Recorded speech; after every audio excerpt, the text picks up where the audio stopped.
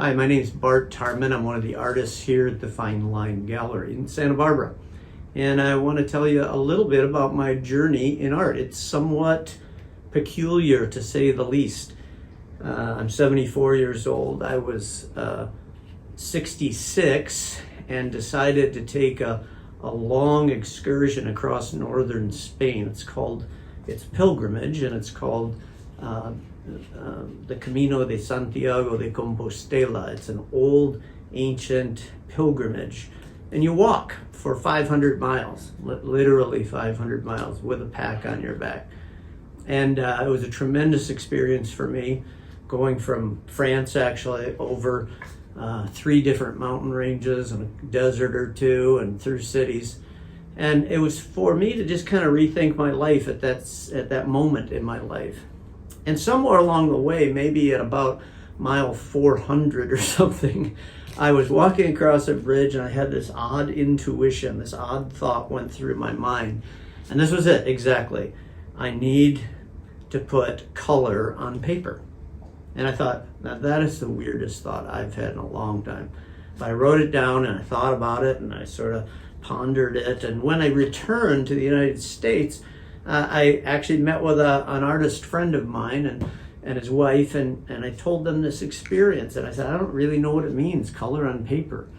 And they said, well, you're in a gallery and we've got paper and we've got color. And I walked out about $500, poorer, and with a whole bunch of paper and color and brushes.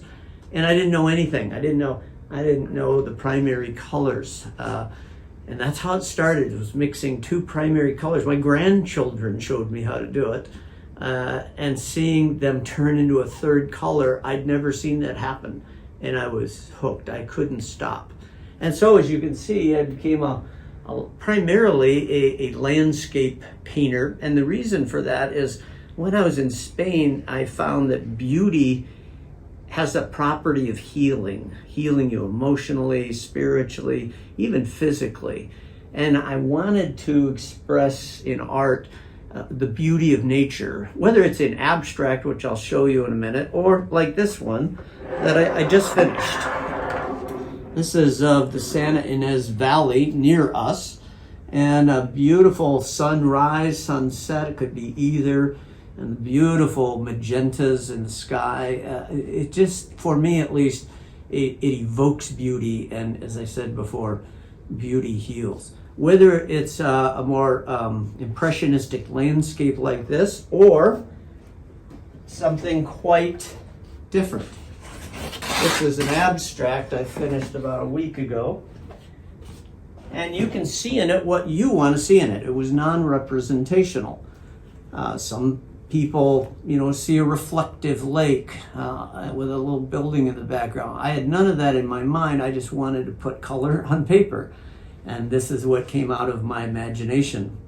I'm going to show you one more that is part of a series I did called Unfurled. And the reason it's called Unfurled is there was a poem by John O'Donohue where he talks about having the courage to unfurl ourselves into our own life. And I started thinking about sales and how people live fairly mundane lives because they're afraid to unfurl themselves into their own lives. And so I started to do some very abstract paintings of sales. So that's a bit of my journey in art. And if you're a person like me who says, oh, I can't do art, let me encourage you to think about it again, because I found that I could put color on paper. And the last time I'd tried that before 66 was finger painting in kindergarten. So there's room for you. So as I was mentioning, sometimes I paint impressionistic landscapes where you look at it and you say, that's a landscape, no question. It's a mountain, it's a valley, it's a sky. But other times I try to move in a more abstract direction. As I shared earlier, this one series about unfurled sails took me in an almost entirely abstract direction. Now, it's what we call representational abstract. It's a sail, but it doesn't look like a realistic sail.